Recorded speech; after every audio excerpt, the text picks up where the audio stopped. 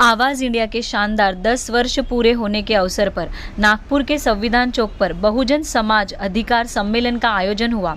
सम्मेलन की अध्यक्षता दिल्ली राज्य के पूर्व मंत्री माननीय राजेंद्र पाल गौतम जी इन्होंने किया। उत्तर प्रदेश के पूर्व मंत्री माननीय स्वामी प्रसाद मौर्य, तमिलनाडु सांसद माननीय वी.सी. के थोल तिरुमावलावन, डॉक्टर सैयद कासिम रसूल इलियास इन्होंने सम्मेलन में मार्गदर्शन किया। मानवता का संदेश देने वाले तथागत बुद्ध फूले साहू अम्बेडकर को नमन करते हुए, चूंकि 15 मिनट अब 10 मिनट बचे 10 बजने में, तो मुझे लगता है मेरे पास 10 मिनट है, तो मैं सबका नाम लेने की बजाय सीधे मुद्दे पर आता हूं।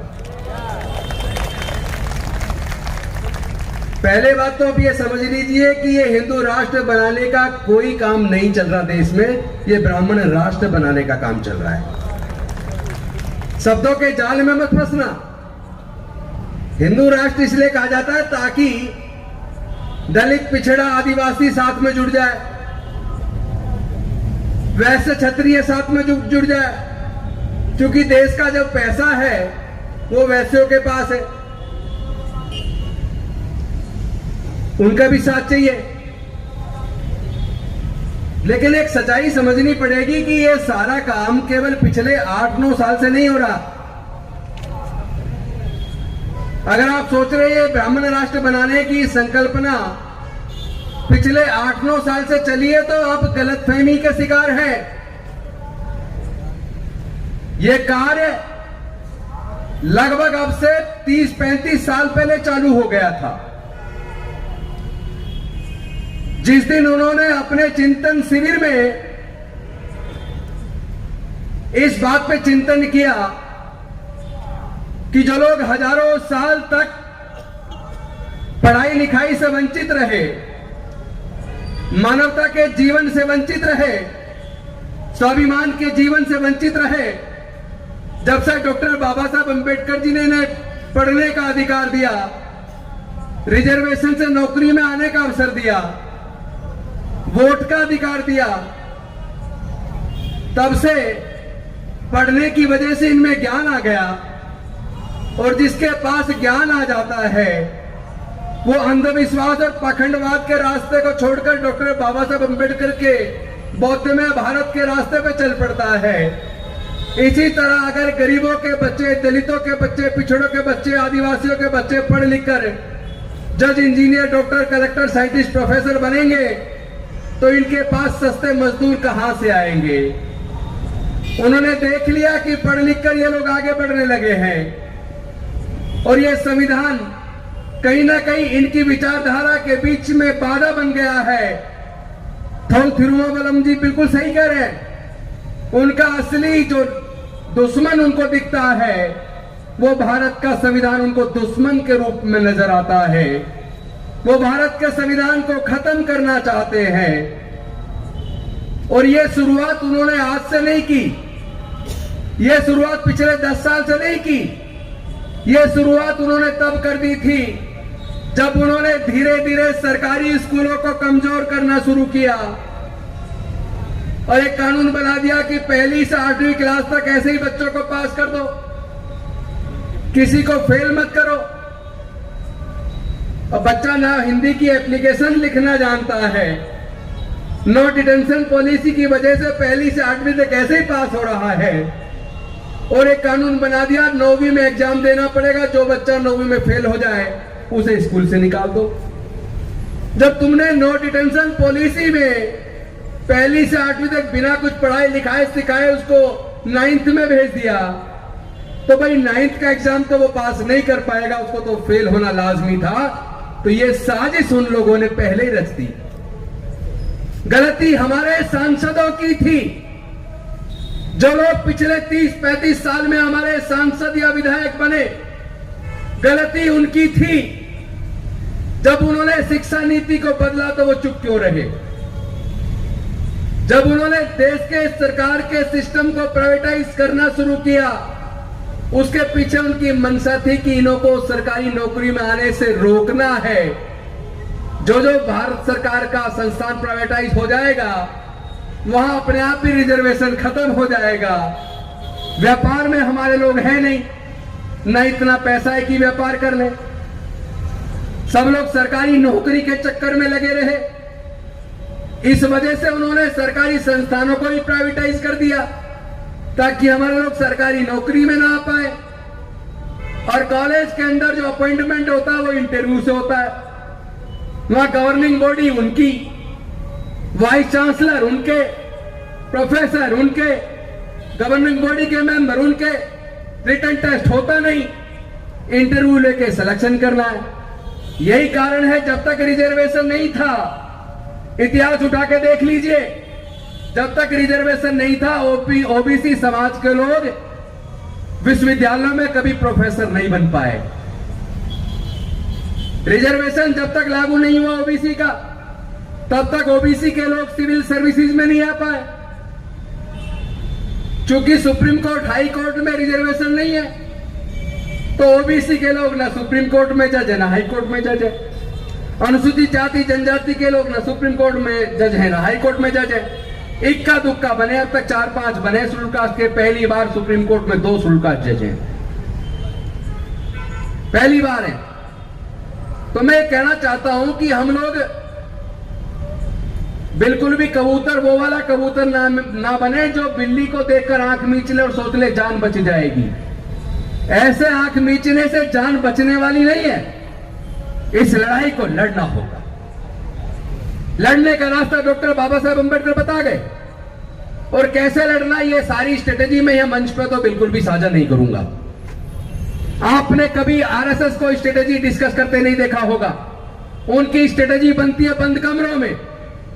बहुजन समाज इसलिए फेल है, हमारी स्ट्रेटेजी बनने से पहले मंच के माध्यम से, भाषणों से ही सारी निकल जाती है।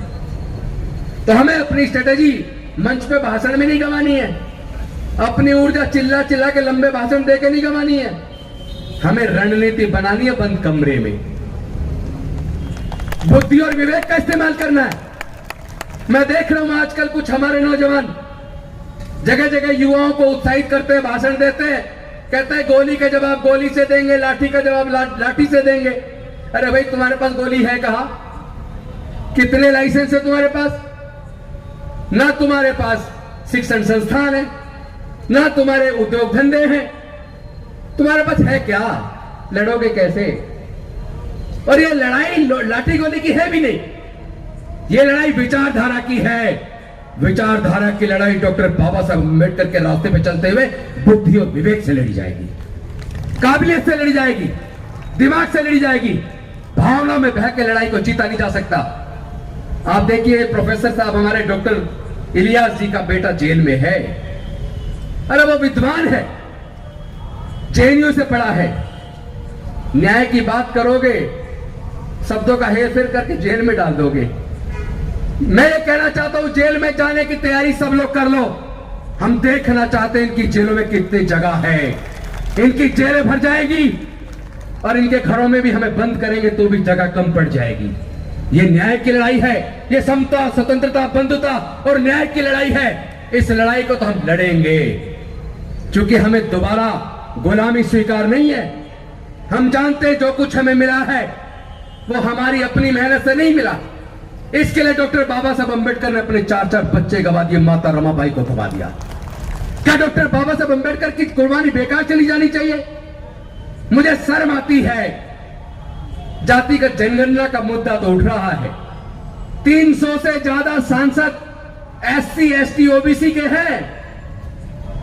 अरे लानत है तुम्हारे ऊपर, तुम्हारी सांसदी पर। अरे आज अगर सारे SC, ST, OBC के सांसद संसद में खड़े होकर कह दे या तो जातिगत जनगणना कराओ वरना हम आज ही रिजाइन करते हैं, यह सरकार कल ही धड़ाम से गिर जाएगी। किस बात के सांसद हो, किस बात के मंत्री हो? अरे सोच के देखो, डॉक्टर बाबा साहब अम्बेडकर ने क्या दिया? 1 मैन 1 वोट, 1 वोट 1 वैल्यू। लेकिन तुमने तो शराब की बोतल में, 1000-2000 रुपए में, 10-5 किलो अनाज में अपने उसी वोट को उन नेताओं के हाथों बेच दिया जिन्होंने पूंजीपतियों के पैसे से आपकी वोट को खरीदा, और खरीदने के बाद उन्हीं पूंजीपतियों के हाथ में अपने पूरे देश को बेच दिया, आपके बच्चों के भविष्य को बेच दिया।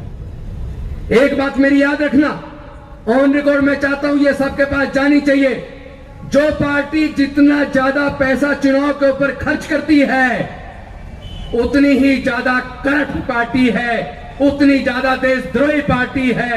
वही देश को बेच रहे हैं जो चुनाव पर ज्यादा पैसा खर्च करते हैं। जितनी जल्दी सच को जान लोगे उतना ही अच्छा होगा।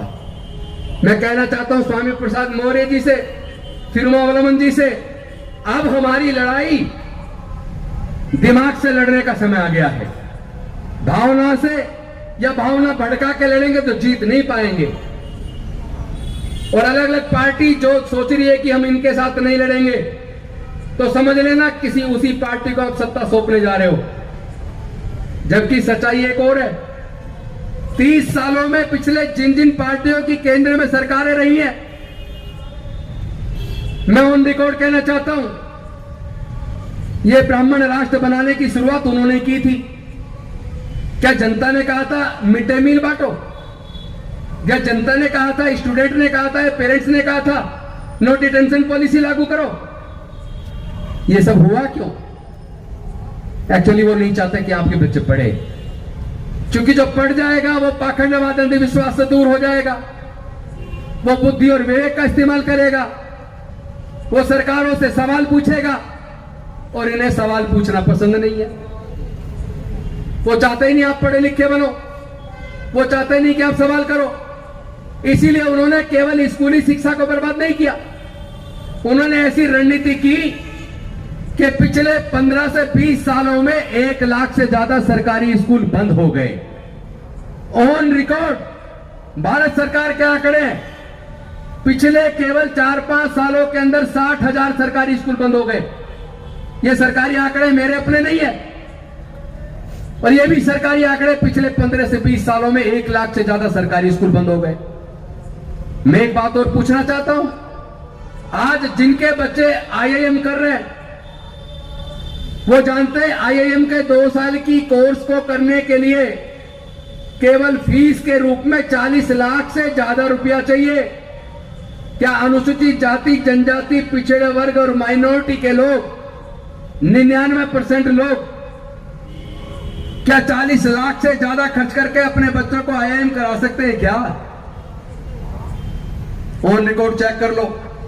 Bangalore law school, Pune law school, Mumbai law school, national law university, यानी बीएलएलबी 5 साल का कोर्स कराने के लिए कम से कम 15 लाख रुपया चाहिए।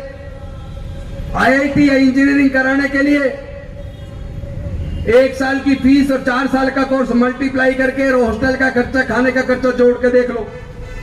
एक बच्चे को 4 साल की इंजीनियरिंग का कोर्स कराने के लिए कम से कम 15 लाख रुपया चाहिए। मेडिकल की तो ऐसा हाल हो गया, एक हमारे डॉक्टर बीडी नकवी साहब, जज साहब है, रिटायर्ड लखनऊ से, वो बता रहे थे उन्होंने अपने बच्चे को मेडिकल में कराया, 1.5 करोड़ रुपया खर्च हो गया। हमारे एससी, एसटी, ओबीसी, माइनॉरिटी के लोग क्या इतना खर्चा उठा पाएंगे? यहां एक सवाल पैदा होता है, उसको ध्यान से सुनना और समझने की कोशिश करना। ये जो बड़े बड़े संस्थान, बड़ी बड़ी इमारतें बनी, बड़े इंस्टीट्यूट बने, चाहे वो आईआईएम हो, चाहे नेशनल यूनिवर्सिटीज हो, चाहे इंजीनियरिंग कॉलेज हो, आईआईटी हो, मेडिकल हो, इंजीनियरिंग कॉलेज हो, ये सारे कॉलेज सरकारी पैसे से, यानी जनता के पैसे सरकारों ने बनाए, और उसकी फीस इतनी ज्यादा कर दी कि जनता ही अपने बच्चों को ना पढ़ा पाए। तो क्या जनता के पैसे से, टैक्स के पैसे से केवल पूंजीपतियों के बच्चों को पढ़ाने के लिए बड़े बड़े इंस्टीट्यूट बनाए गए क्या? इस साजिश को आप लोग समझोगे कि नहीं समझोगे? यानी आपके हाथ से पढ़ाई को छीन लिया। जो लोग मुफ्त शिक्षा की, कंपलसरी शिक्षा की बात कर रहे हैं, मैं पूछना चाहता हूं, 8वीं, 10वीं, 12वीं पढ़ के क्या किसी का भविष्य बनेगा? अरे वो सरकारें जो बच्चों की हायर एजुकेशन का खर्चा ना उठा पाए, जो लोगों के इलाज का खर्चा ना उठा पाए, जो यूथ के लिए रोजगार की अवसर पैदा ना कर पाए, क्या ऐसी सरकारों को सत्ता में बने रहने का कोई हक है? पिछले 30 सालों में जिन जिन की सरकारें रही हैं, खुद सोच लेना किन किन पार्टियों की रही हैं। सरकारी किसी भी पार्टी की रही हो, लेकिन वहां योजना बनाने वाले रणनीतिकार जो रहे हैं, उसमें आरएसएस ने अपने लोग प्लांट करके योजनाएं सरकारों के माध्यम से बनवाई, और ऐसी योजनाएं बनवाई जिससे गरीबों के, दलितों के, पिछड़ों के, आदिवासियों के, अल्पसंख्यकों के बच्चों से पढ़ाई छीन जाए। इलाज इतना महंगा हो जाए कि इलाज ही ना कर पाए, इलाज के अभाव में मर जाए। नौकरियां केवल कुछ चंद लोगों के हाथ तक सीमित रह जाए, यानी कि हमारे बच्चों के भविष्य को अंधकार में डालने के लिए खुद सरकारें जिम्मेदार हैं। और आज ऐसे मोड़ पे आ गए कि हम लोग को चर्चा करनी पड़ रही है कि भारत बचेगा कि नहीं बचेगा, भारत का संविधान बचेगा कि नहीं बचेगा। एक्चुअली भारत के संविधान को वो इसलिए खत्म करना चाहते हैं क्योंकि भारत का संविधान सबको समान अवसर की बात करता है, सबके लिए समता, स्वतंत्रता, बंधुता, न्याय की बात करता है, सबके समान रूप से आगे बढ़ने की बात करता है, सबको समान शिक्षा की बात करता है, समान अवसर की बात करता है, काम के अधिकार की बात करता है। और वो नहीं चाहते कि सबको समान अवसर मिले, वो नहीं चाहते कि सबके बच्चे पढ़ लिख के आगे बढ़े। इसीलिए वो भारत के संविधान को बदल के ब्राह्मणवादी संविधान, ब्राह्मणी धर्म के माध्यम से भारत के लोगों पे थोपना चाहते हैं। और अगर वो इसमें कामयाब हो गए, चूंकि वो काफी हद तक 70% तक तो कामयाब हो चुके हैं। 70% तो जो डॉक्टर बाबा साहब अम्बेडकर जी ने अपने बच्चे और पत्नी को कुर्बान करके दिया था वो जा चुका है, 30% बचा है। आप छोटी छोटी दुकानें चलाते रहना, गली गली में सबने संगठन बना लिए। हम ये भूल गए कि बाबा साहब का जो सपना था वो एकजुट होकर तो साकार हो सकता है। गली गली में संगठन बना के टुकड़े टुकड़ों में बट के इस लड़ाई को तो जीता नहीं जा सकता। अरे सब लोग समझ लो, सबका खून एक है भाई। मुझे तो कोई एक एग्जाम्पल बता दो, कोई व्यक्ति गंभीर रूप से बीमार हुआ हो और डॉक्टर उसको कहे कि तुम्हारा बड़ा ऑपरेशन होना है, तुम्हारे ऑपरेशन के लिए कम से कम 20 यूनिट ब्लड चाहिए। मुझे पूरे दुनिया से केवल एक एग्जाम्पल बता दो जिसका ऑपरेशन होना है, वो ये कहे मुझे केवल मुस्लिम का ब्लड चाहिए, या मुझे केवल ईसाई का ब्लड चाहिए, या मुझे केवल ब्राह्मण का ब्लड चाहिए। जब जान बचानी है तो कहते हैं कि कोई भी ब्लड डोनेट करके जान बचा दो। इसका मतलब कुदरत ने तो सबको इंसान पैदा किया, चालाक इंसानों ने हमें जाति और धर्म में बांट दिया। अब समय आ गया है सच्चाई को जानने का, सच को मानने का, और रणनीति बहुत जल्दी हम बंद कमरे में तय करेंगे। आप चिंता ना करें, और रणनीति में बिल्कुल भी यहां चर्चा नहीं करूंगा। जो आज बहुजन समाज अधिकार सम्मेलन के माध्यम से हमने शुरुआत इस बात की है कि हम देश की तमाम पार्टियों को इस बात के लिए प्रतिबद्ध करेंगे, कंपेल करेंगे, उनके ऊपर दबाव डालेंगे कि देश को बचाने के लिए सब लोग एकजुट हो जाओ। और जो इसमें बाधा बनेगा, जो भी पार्टी इसमें बाधा बनेगी, अब हम लोग उसको बाहर का रास्ता भारत के लोग दिखाएंगे, दलित दिखाएंगे, पिछड़े दिखाएंगे, आदिवासी दिखाएंगे, अल्पसंख्यक दिखाएंगे, और जनरल कैटेगरी के भी जो न्याय पसंद लोग हैं, जो मानवता पसंद लोग हैं, जो इंसानियत में भरोसा करते हैं, जो बराबरी में भरोसा करते हैं, वो लोग भी हमारे साथ आकर देश को बचाने की, देश के संविधान की को बचाने की इस लड़ाई में हमारे साथ खड़े होंगे। और जो भी इसमें बाधा बनेगा, चाहे वो कोई भी पॉलिटिकल पार्टी हो, कोई भी नेता हो, हमारी नजर में वो देश का दुश्मन होगा, देश का गद्दार होगा, संविधान का दुश्मन होगा, उसको भारत के लोग पकड़ने वाले नहीं है। इन्हीं शब्दों के साथ मैं अपनी वाणी को विराम देता हूं। मैंने 7 मिनट फालतू ले लिए, इसके लिए माफी चाहता हूं। बहुत बहुत धन्यवाद। जय भीम, जय भारत, नमो बुद्धाय। सभी भाइयों बहनों को जय भीम, जय भीम, जय भीम। ताकि आज के इस कार्यक्रम के मुख्य बिंदु जाति जनगणना,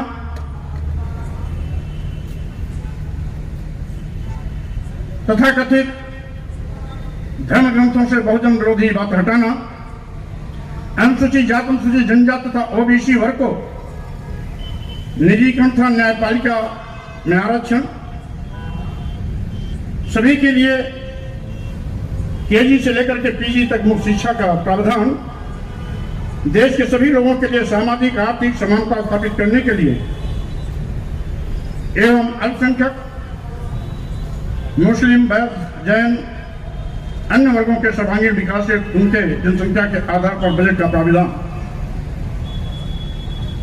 इस परिप्रेक्ष्य में अपनी बात रखने के लिए मैं निर्देशित किया गया हूं और साथ ही विस्तार से चर्चा हुई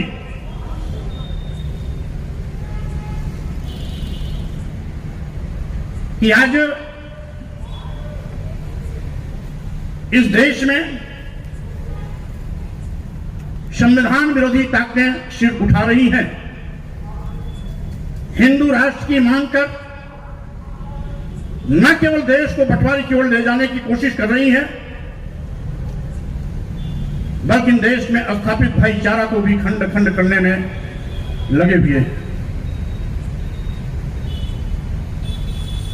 स्वाभाविक रूप से वो उनका चरित्र रहा है। भारतीय संविधान की कसम खाकर के संवैधानिक पदों पर बैठने वाले प्रधानमंत्री, मुख्यमंत्री आदर्श को बघाड़ते हैं, बाबा साहब डॉक्टर अम्बेडकर का नाम तो लेते हैं, दिखाने के लिए श्रद्धा सुमन भी अर्पित करते हैं, लेकिन उनके ही बनाए गए संविधान की अवहेलना करने में भी रंच मात्र कोई कोर कसर नहीं छोड़ते।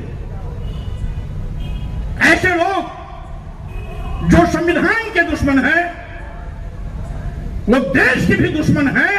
इस बात को हमें गांठ बांध लेनी चाहिए और सावधान रहना चाहिए। ऐसे लोगों से, ऐसे फिरकापरस्त ताकतों से, देश को बांटने वाली ऐसी ताकतों से हमें होशियार रहना चाहिए। वो हिंदू राष्ट्र की बात क्यों करते हैं? इसीलिए करते हैं जिससे कि भारतीय संविधान खत्म किया जा सके। वो हिंदू राष्ट्र की बात क्यों करते हैं? इसलिए करते हैं कि अगर हिंदू राष्ट्र होगा तो हिंदू राष्ट्र का मतलब ब्राह्मण राज होगा, ब्राह्मणी व्यवस्था थोपी जाएगी, फिर से वर्णवाद जातवाद चलेगा, जातवाद के नाम पर भेदभाव चलेगा। आज भारतीय संविधान ने अनुच्छेद 15 के अंतर्गत जो हमें समता का अधिकार दिया है, धर्म, जात, लिंग और जन्मस्थान के आधार पर किसी के साथ भेदभाव नहीं किया जा सकता। हिंदू राष्ट्र बनने पर वो अपने आप खत्म हो जाएगा। हिंदू राष्ट्र का मतलब क्षत्रिय राज्य नहीं, वैश्य राज्य नहीं, शूद्र राज्य नहीं। हिंदू राष्ट्र का मतलब ब्राह्मणी व्यवस्था का राज्य। वो ब्राह्मणी व्यवस्था जो सैकड़ों साल मनु महाराज ने अपनी पुस्तक में लिखा कि शूद्रम तु कार्यत दास्यम कृतम अकृतम वा दास्यैव तु जन्मना ब्राह्मणम तु स्वयं हुआ। वो हिंदू राष्ट्र की बात करते हैं। इनके चातुर्वर्ण में जो शूद्र कहे गए हैं, आज के प्रदेश में आदिवासी, दलित और पिछड़े समाज के लोग, अल्पसंख्यक समाज के लोग, जिनको जानवर से बदतर जिंदगी जीने के लिए इन लोगों ने कभी मजबूर किया था, इसी महाराष्ट्र में वो नारकी जीवन हमारे महापुरुषों ने देखा। सामाजिक परिवर्तन के महानायक ज्योतिबा फुले जी, सावित्रीबाई फुले जी, छत्रपति शाहू जी महाराज, बाबा साहब डॉक्टर अम्बेडकर, आज तमाम महापुरुषों ने उस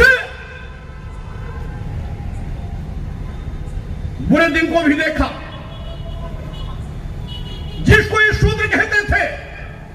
कमर में हाड़ी बांध, गले में हाड़ी बांध के चलना पड़ता था, जिससे कि उनका थूक सड़कों पर न पड़े, ऊंची जात के लोग का पैर उस पर न पड़े। कमर में झाड़ू बांध के चलते थे, जिससे कि पैर का निशान मिटता जाए, जिससे कि ऊंची जात का पैर उस पर न पड़े। कमर में घंटी बांध के चलते थे, जिससे कि ऊंची जात पर उसकी कोई परछाई न पड़े, ऊंची जात के लोग बगल हो जाएं। इस व्यवस्था से निजात दिलाया था बाबा साहब डॉक्टर अम्बेडकर ने, हमारे महापुरुषों ने। ये उसी व्यवस्था को थोपना चाहते हैं जिसमें व्यवस्था थी नारी शूद्रो नधीयताम, स्त्रियों को पढ़ने लिखने का अधिकार नहीं था, शूद्रों को पढ़ने लिखने का अधिकार नहीं था, फिर से उस नारकी जीवन की ओर ले जाना चाहते हैं। और साथियों में कहना चाहता हूं, आप जानते हैं सामाजिक परिवर्तन के महानायक ज्योतिबा फुले जी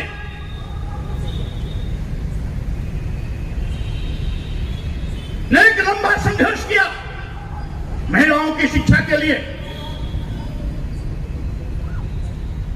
छत्रपति शाहू जी महाराज ने पहली बार अपनी हुकूमत में आरक्षण की व्यवस्था की।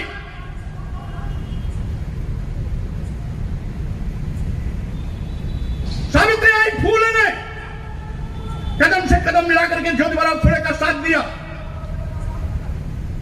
उनके संघर्षों का नतीजा था कि अंग्रेजी हुकूमत ने अपना शासनादेश जारी करके महिलाओं को शिक्षा का आदेश दिया, अनुसूचित जात अनुसूचित जनजाति को शिक्षा का अधिकार दिया, पिछड़ी जातियों को शिक्षा का अधिकार दिया।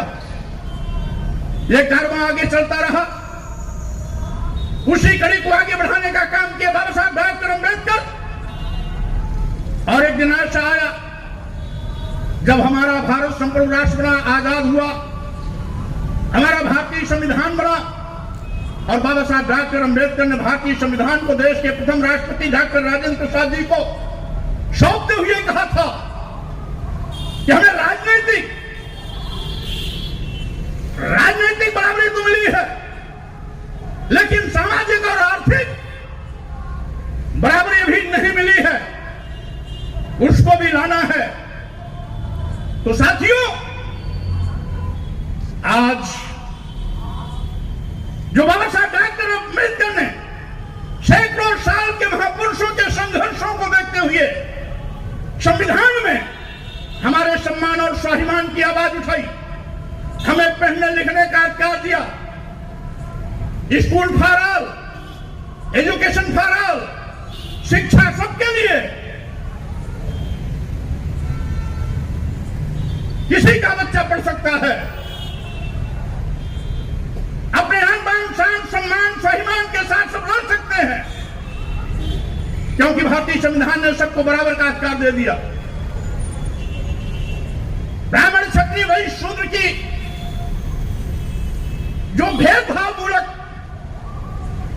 गैर बराबरी का समाज था, उसको बराबर लाके खड़ा कर दिया, सबको एक बराबर बैठा दिया। आज उनके पेट में ये बात पच नहीं रही। सदियों से जिस पर उन्होंने हुकूमत किया, धर्म के नाम पर जिस पर डंडा बरसाया, कोड़ा चलाया, जानवर से बदतर जिंदगी जीने के लिए मजबूर किया, जाति के नाम पर धर्म के आड़ में हमें पढ़ाई लिखाई से वंचित कर दिया, नीच और अधम कहा। आज भी क्या इनका धर्म कहता है? अभी मैंने कुछ दिन पहले एक आवाज उठाई थी, मैंने प्रधानमंत्री जी राष्ट्रपति जी को पत्र भी लिखा था कि तुलसीदास की महाकाव्य रामचरितमानस की कुछ चौपाइयों से आज भी इस देश की महिलाओं को मारने और पीटने की, प्रताड़ित करने की बात की जाती है। शूद्रों को मारने, पीटने, प्रताड़ित करने और अपमानित करने की बात की जाती है। हमारे आदिवासी, दलित, पिछड़े समाज के लोगों को जात सूचक शब्दों का प्रयोग करके नीच और अधम कहा जाता है। जब हमने उसका हवाला दिया, जे बड़ा अधम तेल कुम्हारा, सुपच किरात कोल कलवारा, ये सारी की सारी जातियां आदिवासी, दलित और पिछड़ी समाज से आती है। क्या इन्होंने पाप किया है जो महाकाव्य के माध्यम से आज भी लोग सार्वजनिक रूप से लाउड स्पीकर लगाकर पाठ करते हैं कि जय बड़ा अधम तेल कुम्हारा, सुपच किरात कोल कलवारा, यानी नीच जातियां, अधम जातियां, ये खत्म होनी चाहिए, इस पर रोक लगनी चाहिए, प्रतिबंध रहना चाहिए। ये मैंने कहा और ये भी कहा, ढोल गमार सूद पुष्णारी शकल ताड़ना के अत्तर।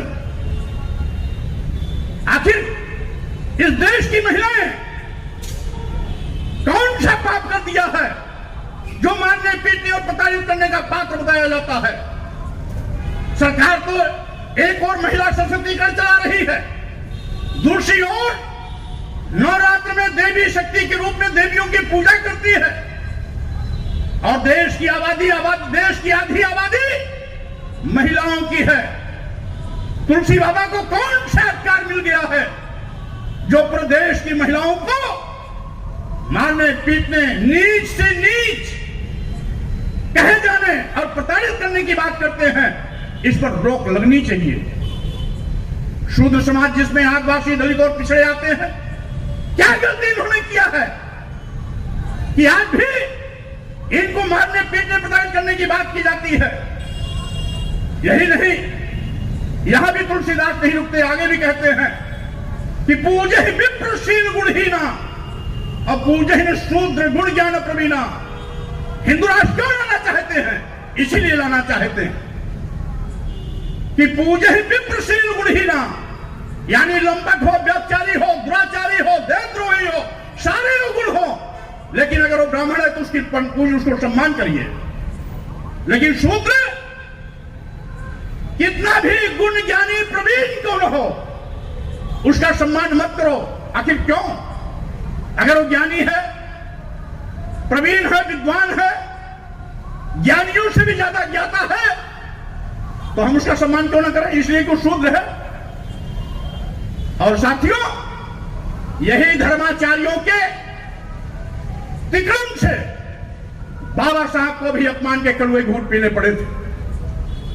विश्व के सबसे बड़े विद्वान होने का खिताब पाने के बाद जब इस भारत भूमि पर आते हैं, किसी जाति व्यवस्था के शिकार होकर के पग पग पर नित्य प्रति क्षण क्षण उनको अपमानित होना पड़ता था।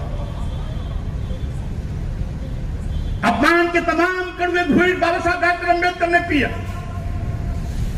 संविधान बनाते वक्त तो चाहते तो बदले की भावना से जिन लोगों ने उनको अपमानित किया उनके खिलाफ कुछ लिख सकते थे, लेकिन बाबा साहब डॉक्टर अंबेडकर का दिल समुद्र से भी ज्यादा गहरा था। उनके विचार आकाश से भी ज्यादा ऊंचे थे और इसीलिए जब संविधान लिखा तो एक भी शब्द पूरे संविधान में बदले से प्रेरित कहीं नहीं दिखाई पड़ा। उन्होंने सबके सम्मान की चिंता की। बाबा साहब डॉक्टर अंबेडकर जानते थे कि हम तो इस सामाजिक विषमता के शिकार रोज होते रहे, इस जातीय व्यवस्था के शिकार हम रोज होते रहे, तो जातिवाद के नाम पर जो हमने अपमान सहे वो किसी और को सहना न पड़े, इसलिए उन्होंने अपना उदार मन दिखाया, सबको समान अधिकार दिया। बाबा साहब के संविधान में न कोई ऊंच है, न कोई नीच है, न कोई छोटा है, न कोई बड़ा है, न कोई छूत है, न कोई अछूत है, सभी बराबर हैं और सभी इंसान एक जैसे हैं, इसलिए बराबर हैं, कोई भेदभाव नहीं किया। यह बाबा साहब डॉक्टर अंबेडकर का बड़प्पना था, उनकी उदारता रही है। आज यथार्थवादी ताकतें नहीं चाहती कि जो कल तक गुलाम थे आज पढ़ लिख करके आईएएस बने, आईपीएस बने, डॉक्टर बने, एडवोकेट बने, प्रोफेसर बने, साइंटिस्ट बने, वो नहीं चाहते। इसीलिए हिंदू राष्ट्र का गुणगान कर रहे हैं। मैं कहना चाहता हूं, आज ऐसे लोगों को अच्छी तरह से परखना होगा, समझना होगा। हमारे संतों, गुरुओं, महापुरुषों ने एक लंबा संघर्ष किया। पेरियार रामास्वामी, नाइक नारायण गुरु, संत गाड़े, और इसके पहले एक संतों की कड़ी चली थी। संत श्रोमण रविदास, संत कबीर, गुरु नानक जैसे संतों ने भी इस लड़ाई को लड़ी। समता समानता का अधिकार दिलाने के लिए हजारों साल लड़ाई चलती आ रही है। आज से 2600 साल पहले जिस करुणामैत्री बंधुत्व पर आधारित समाज की रचना का बिगुल विश्व धर्मगुरु भगवान बुद्ध ने छेड़ा था, जिसको सर्वव्यापी विश्वव्यापी सम्राट अशोक ने बनाया था। आगे चल करके इसी नागपुर की दीक्षा भूमि पर बाबा साहब डॉक्टर अम्बेडकर ने बुद्धं शरणं गच्छामि, धम्मं शरणं गच्छामि, संघं शरणं गच्छामि का उद्घोष कर इस भारत की आने वाली पीढ़ी को बता दिया, आए बहुजन समाज के लोगों, तुम्हारे सम्मान और स्वाभिमान का रास्ता भगवान बुद्ध के रास्ते जाता है, इसलिए इस रास्ते पर चल करके तुम अपने सम्मान और स्वाभिमान का परचम हमेशा लहरा सकते हो। आज हिंदू राष्ट्र की बात करने वाले लोग बाबा साहब डॉक्टर अम्बेडकर और देश के तत्कालीन तमाम संविधान सभा के विद्वानों के विचारों के साथ खिलवाड़ करना चाहते हैं, फिर से ब्राह्मण राज स्थापित करना चाहते हैं, ब्राह्मण क्षत्रिय वैश्य शूद्र में बांट करके देश का 1000 साल फिर से पीछे ले जाने की कोशिश में लगे हैं। एक और आरएसएस के प्रमुख कहते हैं कि इस भारत में बुद्ध हैं, जैन हैं, सिख हैं, इस्लाम के मानने वाले मुस्लिम हैं या इस देश के ईसाई हैं, ये सब हिंदू हैं।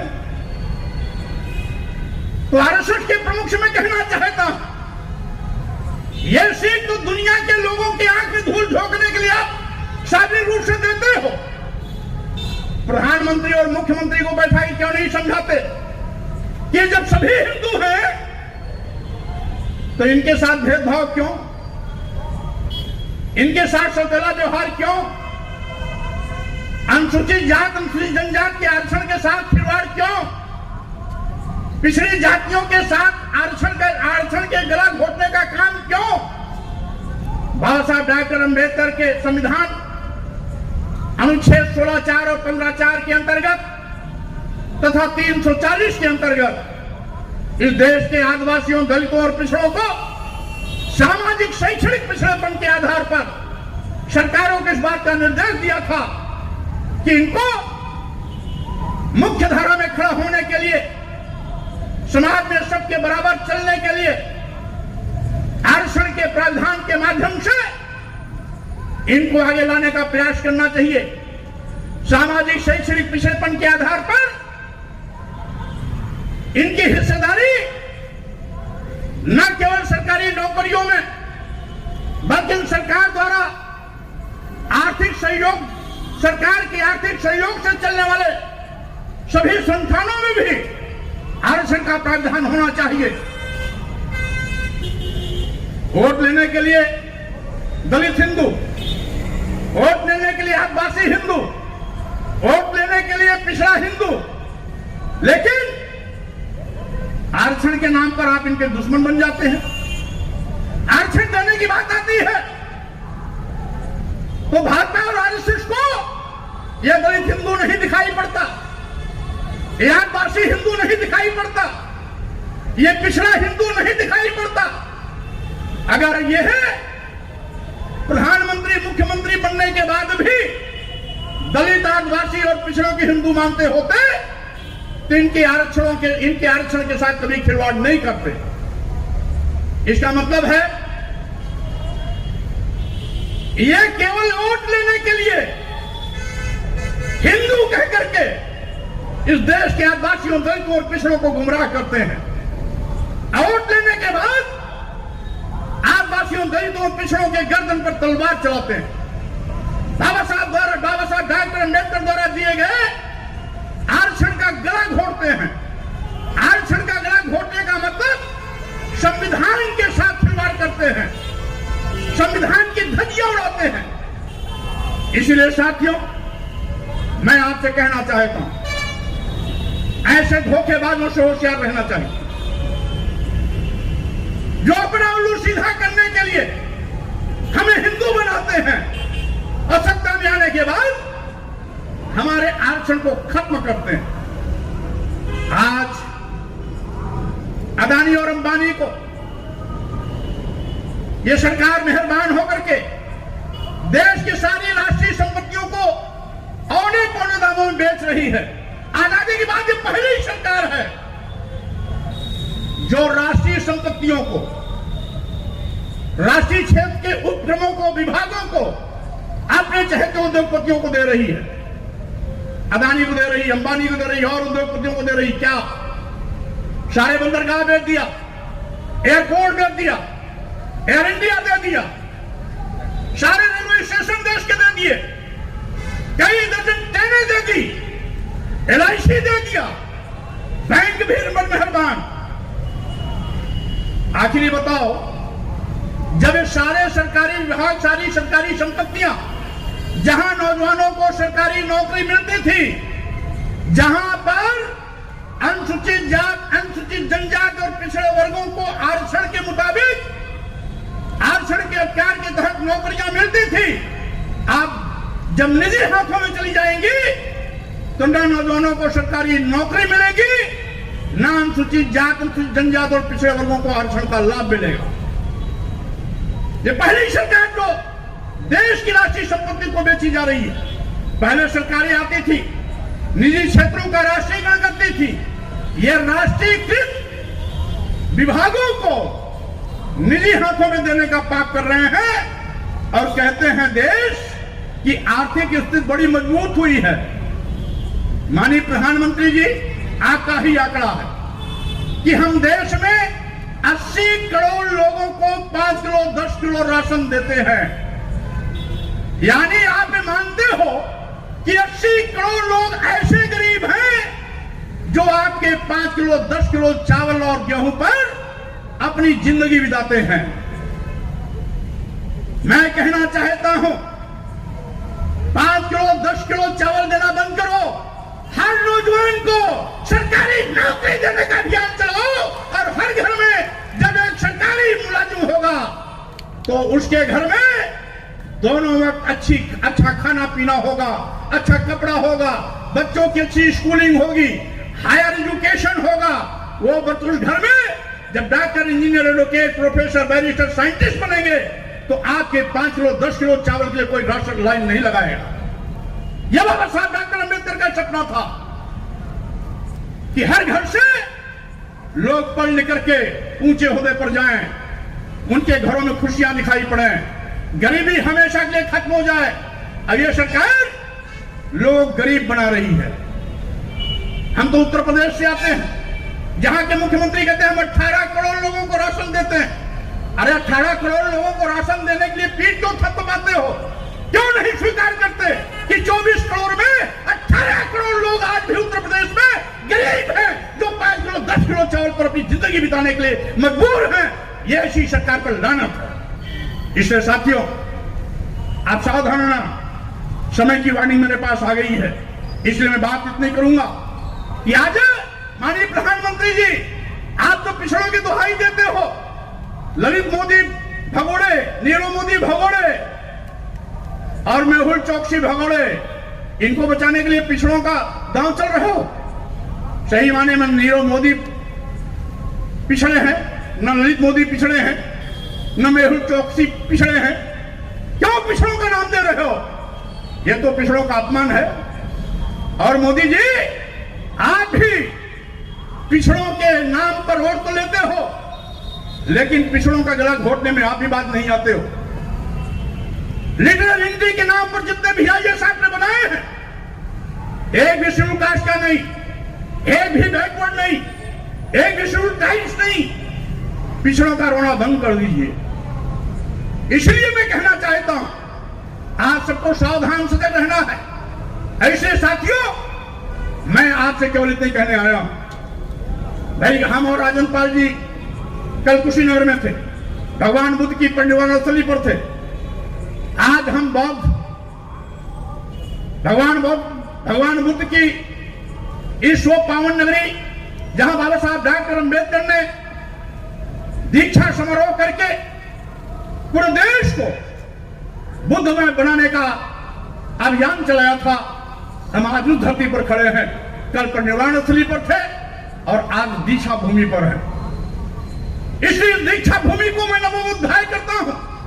और साथियों, मैं केवल इतनी कहना चाहता हूं, बहुजन समाज के सम्मान स्वाभिमान अधिकार के लिए हमें किसी हद तक लड़ाई लड़ने के लिए जाना होगा। हम तैयार बैठे हैं। कहीं भी पूरे देश में इस आंदोलन को गति देनी होगी तो स्वामी प्रसाद मौर्य आपके साथ खड़ा रहेगा, बहुजन समाज के सम्मान और स्वाभिमान के साथ खड़ा रहेगा। ऐसे लोगों को चोट करने में हम पीछे नहीं रहेंगे जो बहुजन समाज के सम्मान और स्वाभिमान को निगलने की कोशिश में है। इन्हीं शब्दों के साथ मैं आपसे भी कहना चाहूंगा कि आज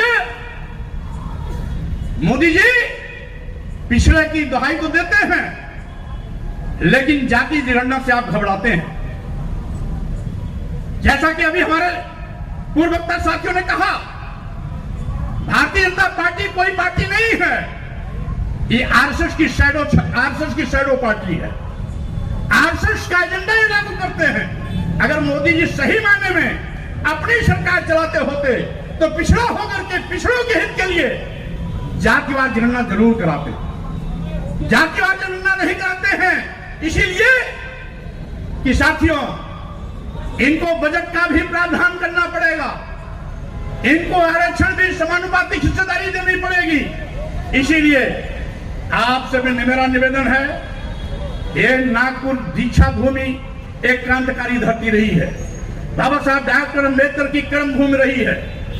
और साथियों आप सब इस ऐतिहासिक धरती के लोग हैं, इसलिए सभी भाइयों और बहनों को मैं केवल इतना ही कहूंगा कि आप सब इस अभियान में सड़क पर आना पड़े तो आए, हमें जहां बुलाएंगे हम आपके साथ खड़े रहेंगे। यद्यपि उत्तर प्रदेश में मैं सघन अभियान चला करके इस Respected our beloved brother Swami Prasad Maurya ji, respected former Minister of Delhi government, our beloved brother Rajendra Pal Kaudam ji, respected Syed Qasim Ilyas ji, respected Puran Meshram ji, respected Javid Basha ji and Mr. Usha Buddha ji, and dear brothers and sisters, I am very happy to have this opportunity to deliver my speech here. I am grateful to the organizers who are inviting me to participate in this great event. Particularly, I wish to express my sincere thanks to my brother, former Minister of Delhi Government, Sri Rajendra Pal Kaudam ji, for inviting me for this historic event. Sorry for not knowing Hindi to speak in front of you all. I will try my level best to communicate my views. This is Bahujan Sammelan. Bahujan means, we all know very well that scheduled caste, scheduled tribes, minorities and OBCs. These working class people have to be united across the country. For what? To defeat our ideological enemies, Sanatan forces, Baba Sahib Ambedkar to the people, to the core. So we have to bring the ideology of Dr. B.R. Ambedkar to the grassroots level,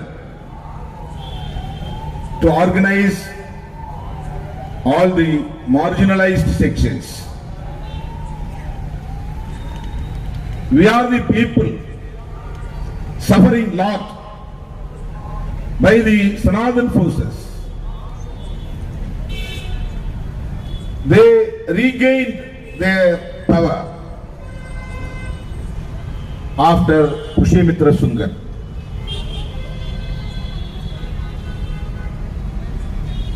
Through their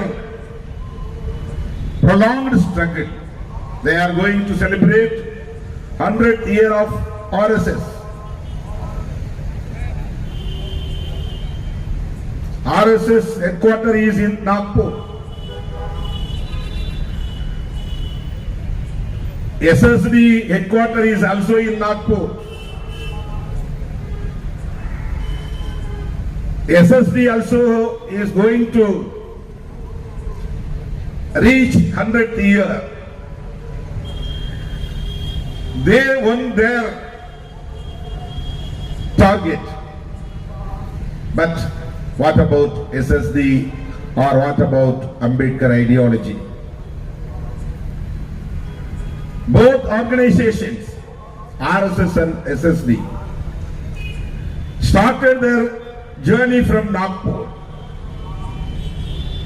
After 100 years, RSS celebrating their victory politically, culturally, socially. They are in power.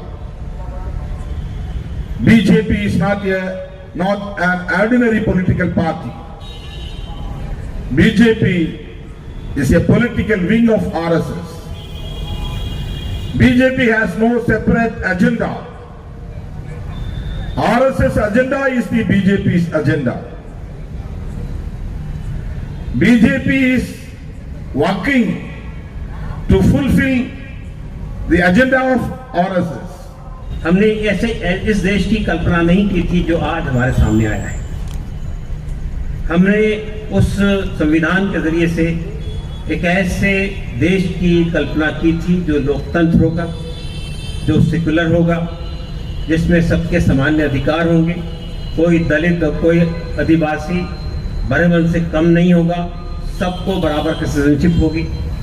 हमने एक ऐसे देश का सपना देखा था जिस देश में अमीर और गरीब की इस खाई को हम बांट देंगे। आज अभी आप सुन रहे थे, आंकड़े आपके सामने आ रहे थे कि आज 74% दौलत रिसोर्सेज 1% लोगों के हाथ में। ये जो पूंजीपति लोग आज हमारी दौलत को निचोड़ के अपने पास रख रहे हैं, ये इनके लिए पॉसिबल नहीं था जब तक के सत्ता में बैठे हुए लोग उनके साथ मिल नहीं जाते। आप देख रहे हैं, उसका परिणाम भी सामने आ रहा है कि अगर राहुल गांधी पार्लियामेंट में ये पूछते हैं कि अदानी और मोदी का रिश्ता क्या है, तो उनकी जो है संसद की वो छीन ली जाती है, उनकी सदस्यता छीन ली जाती है। आज वो फिर सड़क पर आ गए। तो ये जो पिछले चंद साल में, यानी सिर्फ 8 साल में, मैं ये नहीं कहता हूं कि हम बाकी 75 साल से हमें जो लोकतंत्र चाहिए था वो मिल गया है, जिस किस्म का रूल ऑफ लॉ चाहिए था वो मिल गया है, या ये कि जिस किस्म का एक सेकुलर भारत हमें चाहिए था वो मिल गया है, या एक ऐसा भारत जिसमें तमाम समुदाय बराबर हों, तमाम धर्मों के लोगों को बराबर के अधिकार हों, वो हमको मिल गया है। ये बात नहीं कह रहा हूँ, लेकिन पिछले 8 साल से जो लोग सत्ता में बैठे हुए 8-9 साल से, उन्होंने भारत को जिस दिशा में ले जाने की कोशिश की है, अगर उसको रोका नहीं गया तो हमने हमारे स्वतंत्रता के सेनानियों ने जो लड़ाई लड़ के इस देश को आजाद किया था, वो आजादी खत्म हो जाएगी। देश की लोक संख्या जो है 140 करोड़ है, और इस 140 करोड़ में 142 जो लोग हैं हमारे देश में जो अब्जाधीश है, और इनकी संपत्ति जो है वो 832 अब्ज डॉलर है। गौतम अडानी, जिसकी बात बाबा साहब ने पूंजीवादी कहा था, गौतम अडानी हो, मुकेश अंबानी, राधा किशन दबानी, अजीम प्रेमजी, साइरस पूनावाला, शिव नाडर, कुमार मंगलम बिरला, गोदरेज, ये हमारे देश के सब रईस लोग हैं जो सरकार को जो चुनाव में करोड़ों रुपए देते हैं, और उनके पैसे के भरोसे पर यहाँ पर उनकी सरकार आती है। पूंजीवादी और ब्राह्मणवाद का किस तरह से यहाँ पर समीकरण बन गया है, और इसलिए ये पूरा देश जो है आज पूंजीवादी और ब्राह्मणवादियों के हाथ में आ गया है। और ये भी 2000 साल से ज्यादा इस देश में राज किया है। ये बात नहीं कही जाती।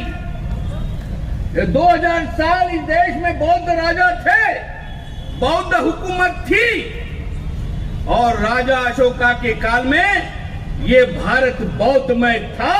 ये बात को आप लोगों ने भाई उस्मान से, रिजिक साहब और गफ्फार मुंशी, इन्हें भी इस मंच से अभिवादन करता हूँ। आरक्षण के जनक छत्रपति शाहू महाराज, इन्हें भी अभिवादन करता हूँ। और रेशम बाग से अखंड भारत की बात चल पड़ती है, लेकिन वे नहीं जानते कि 1947 के पहले ये भारत कुल मिलाकर 43 रियासतों में बटा हुआ था। हर रियासत का अपना राजा था, जमींदार था। इन 43 रियासतों को खारिज कर, खालसा कर जिन्होंने अखंड भारत बनाया, और ये अखंड भारत अखंड रहे, इसलिए